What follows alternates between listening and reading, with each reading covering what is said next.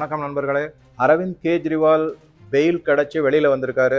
மிக பரபரப்பாக எல்லாராலையும் பேசப்படுது. பல ஊடகங்கள் அதை பற்றி பலவிதமான கருத்துக்களை தெரிவிச்சிருக்காங்க.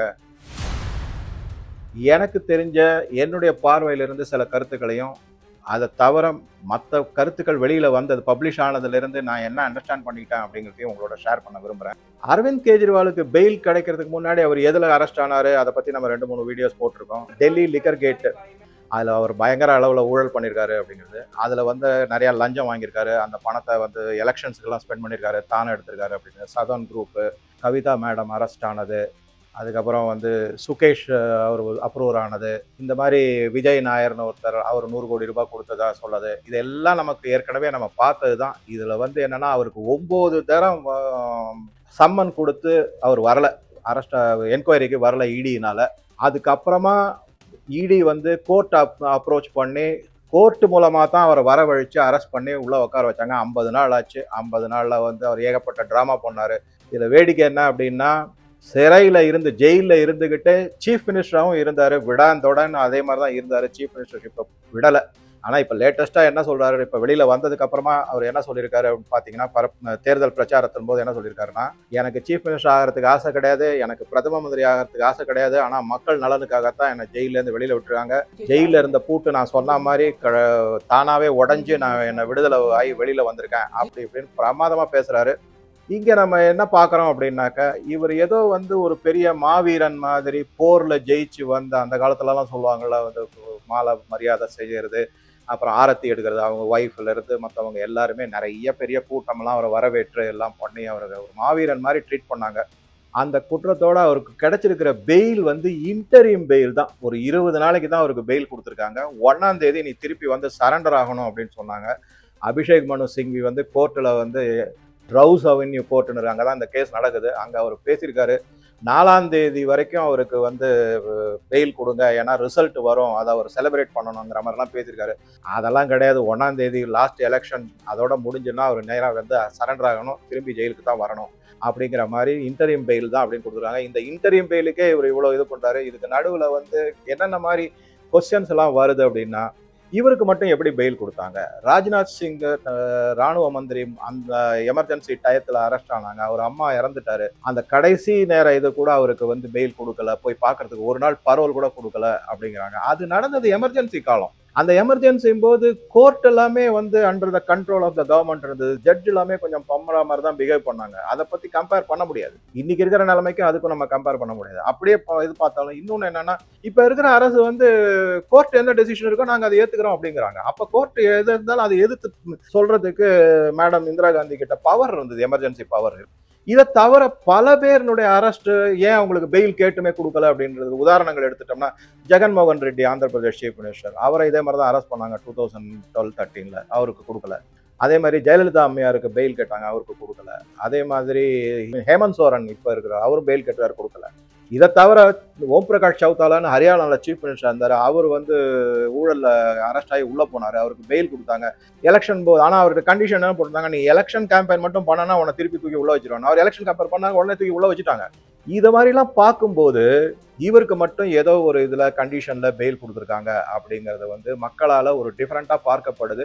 அதற்கான கண்டிப்பாக என்னை பொறுத்த வரைக்கும் சுப்ரீம் கோர்ட் மேலேயோ ரோஸ் அவென்யூ நீதிபதிகள் மேலேயோ நான் ஒரு மரியாதை வச்சிருக்கேன். அவங்க ஏதோ ஒரு காரணத்துக்காக இவரை வெளியில் விட்டுருக்காங்க, இவருக்கு பெயில் கொடுத்துருக்காங்க, அப்படித்தான் நான் எடுத்துக்கிறேனே தவிர, இதில் ஒரு குத்தமாக ஜட்ஜு மேலே தப்பு, அவங்க வேற ஏதோ பண்ணிட்டாங்க, உள்குத்து இருக்கு, அந்த மாதிரி நான் எதிர்பார்க்கல. பட் நம்ம எப்படி பார்க்க போகிறோம் அப்படின்னா, இவர் வெளியில வந்துட்டாரு, எந்தெந்த கண்டிஷன்ல வெளியில வந்திருக்காரு நீங்க பாருங்களேன். 50,000 ரூபாய் ஜமானத்து, அதாவது இது கொடுக்கணும், பணம் கட்டணும், ஷூரிட்டி கொடுக்கணும். அதே மாதிரி இவரு கட்டாம இவர் அரவிந்த் கெஜ்ரிவாலை தவிர அவருக்கு சார்ந்தவர் இன்னொருத்தரும் அதே மாதிரி ஒரு 50,000 ரூபாய் ஷூரிட்டி கொடுக்கணும். இது அந்த ஜெயில் சூப்பரண்ட் சாட்டிஸ்ஃபைடா இருக்கணும், எஸ் இது கரெக்ட், நான் செய்யறேன், ஒத்துக்கிறேன் அப்படிங்கிற மாதிரி இருக்கணும். இதுக்கு அப்புறம் அவங்க என்ன சொல்லியிருக்காங்க அப்படின்னாக்கா, அவர் சிஎம் வேலை எதுவும் பார்க்கக்கூடாது, அந்த சிஎம் செக்ரட்டரியேட்டுக்கே போகக்கூடாது, எந்த சாட்சிகளையும் கலைக்கிறதுக்கான முயற்சி செய்யக்கூடாது, சாட்சிகளை மீட் பண்ணக்கூடாது, கூட இருக்கிறவங்க மற்ற குற்றச்சாட்டு வச்சிருக்கிறவங்கள சஞ்சய் சிங்கோ இல்லை வேற யாரையுமோ அவங்களையும் பார்க்கக்கூடாது. இதே பாருங்க, Manish Sisodia deputy chief minister அவர் கொடுக்க மாட்டேன்ட்டாங்க, இவருக்கு மட்டும் கொடுத்துருக்காங்கன்னா ஏதோ ஒரு காரணம் இருக்கலாம், அது பின்னாடி நமக்கு தெரிய வரும். இந்த மாதிரி தான் நம்ம எடுத்துக்கலாம் அப்படிங்கிறதா எனக்கு தோணுது. இப்போ அரவிந்த் கெஜ்ரிவால் வெளியில வந்து பெரிய மார்ட்டியர், அது மாதிரி மாவீரன் மாதிரி, பெரிய தியாக செம்மல் மாதிரி, ஏதோ சுதந்திர போராட்ட வீரர் மாதிரி அவரை ப்ரொஜெக்ட் பண்ணிட்டு இருக்காங்க. அவருக்கு வந்து இதுல என்ன முக்கியமா நான் எப்படி கவனிக்கிறேன்னா, இவர் வெளியில விட்டது வந்து ராகுல் காந்திக்கு தான் தலைவலி அப்படின்னு எனக்கு தோணுது. அவருக்கு ஒரு டஃப் காம்படிஷனா இருப்பாரு. வெளியில வந்து இந்தியா கூட்டணியை இது பண்ணுங்க, ஓட்டு போடுங்க, ஓட்டு போடுங்கன்னு சொல்றாரு. ஆனா அவர் வந்து சில சமயத்துல ஒரு முக்கியமான ஒரு மீட்டிங் போது என்ன சொல்லியிருக்காரு அப்படின்னா, எனக்கு ஓட்டு போட்டு என்ன ஜெயிக்க வச்சீங்கன்னா இந்த கேஸ் எல்லாம் தவிடுபடி ஆயிடும் அப்படிங்கிறாரு. அப்பனா அவர் இன்ஃபுளுன்ஸை யூஸ் பண்ணி கேஸை ஸ்பைசல் பண்ண போறாரா என்னங்கிறது தெரியாது. இதை தவிர அவர் பலவிதமான இது ராகுல் காந்திக்கு அவர் பெரிய த்ரெட்டா இருப்பாரு, போட்டியா இருக்க போறாருன்னு எனக்கு தோணுது.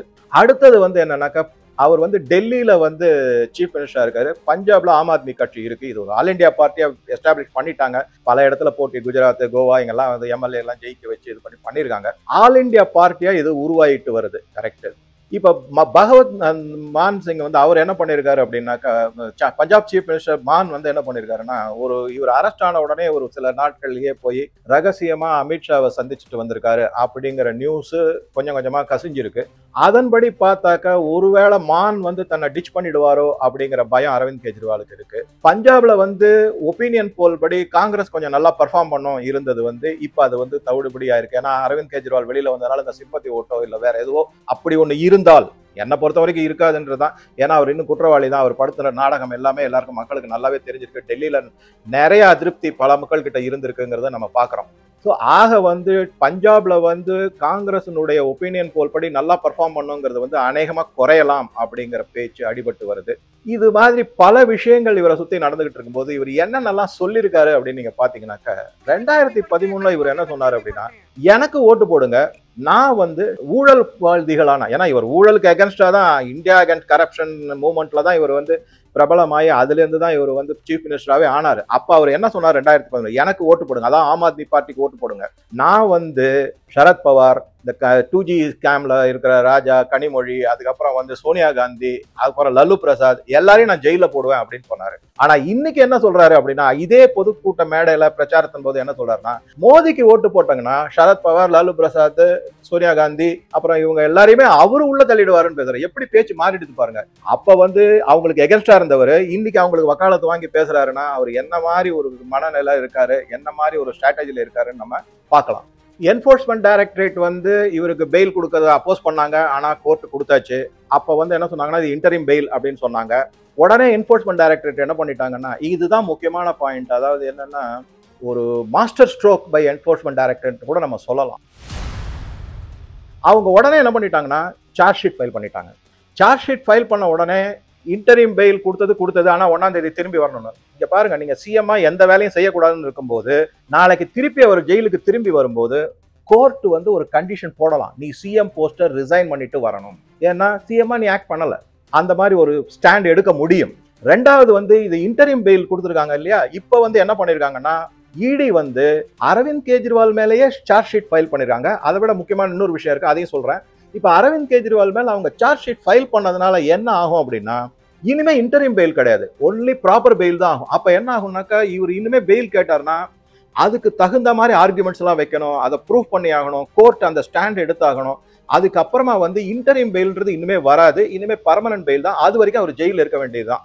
அந்த மாதிரி ஒரு சார்ஜ் ஷீட் ஃபைல் பண்ண ஆயிடுச்சு. அது இதை தவிர இடி வந்து இன்னொரு மாஸ்டர் ஸ்ட்ரோக்னு நான் சொன்னது என்ன அப்படின்னா, இந்தியால இது வரைக்கும் நடக்காத ஒரு அதிசயம் ஒண்ணு நடந்திருக்கு. அது வந்து ஒரு political, all India political party மேலேயே கரப்ஷன் சார்ஜ் ஷீட் ஃபைல் பண்ணிருக்கு enforcement directorate. Aam Aadmi party மேலேயே பண்ணிருக்காங்க. இது வரைக்கும் இது இந்தியால நடந்ததே கிடையாது. எந்த பார்ட்டி மேலேயும், இண்டிவிஜுவல்ஸ் மேல நிறைய பேர் மேல ஊழல் குற்றச்சாட்டு இருக்கு, எல்லாம் இருக்கு, அதெல்லாம் சரி. ஆனா ஒரு பார்ட்டி அப்படின்னு வரும்போது இதுதான் முதல் தடவையா ஏஏபி மேல. சரி, நாளைக்கு இந்த ஏஏபி வந்து குற்றவாளி, பார்ட்டியே குற்றவாளி, அதுல வந்து அரவிந்த் கெஜ்ரிவாலையும் இணைச்சிருக்காங்க, குற்றவாளியா இணைச்சிருக்காங்க, சார்ஜ் ஷீட் ஃபைல் பண்ணிருக்காங்க. அந்த பார்ட்டியே வந்து குற்றவாளி அப்படின்னு வரும்போது நமக்கு பல கேள்விகளும் கவலைகளும் வருது. டெல்லி அரசு என்ன ஆகும்? ஏன்னா பார்ட்டியே குற்றவாளினா பார்ட்டி வந்து போயிடணும், இருக்கக்கூடாது. பார்ட்டி அரெஸ்ட் பண்றதை நான் டிசால்வ் பண்ணி ஆகணும். அது ஒண்ணு. ரெண்டாவது வந்து பஞ்சாப்ல ஆம் ஆத்மி பார்ட்டி ஆட்சியில இருக்காங்க. அந்த ஆட்சிக்கு என்ன ஆகும்? இந்த மாதிரி பல கேள்விகள் டெஃபினட்டா வந்து பல வக்கீல்கள், பல எக்ஸ்பர்ட் இவங்க எல்லாம் ஒப்பீன் பண்றாங்க. எனக்கும் அதே மாதிரி தான் தோணுச்சு. அதனாலதான் அதை உங்க கூட ஷேர் பண்ணணும்னு. இதனால என்னென்னலாம் ஆகும் அப்படின்னு போது, இப்ப சுனிதா மேடம் அவங்க கெஜ்ரிவாலோட ஒய்ஃப் இருக்காங்க இல்லையா, அவங்க ஒரு எமோஷனலா வந்து பப்ளிக்கை போய் மீட் பண்றது, அட்டாக் பண்றது, ஒன்று பப்ளிக் மைக்க பிடிச்சிட்டாங்கன்னு போன வீடியோல சொல்லியிருந்தேன். இனிமே அந்த எமோஷனல் ஃபேக்டர், அது வந்து அந்த யுக்தி வந்து இனிமே ஒர்க் அவுட் ஆகாது. ஏன்னா அவர் வெளியில வந்துட்டாரு. அவர் என்னென்ன உளர போறாருன்னு பார்த்துக்கலாம்.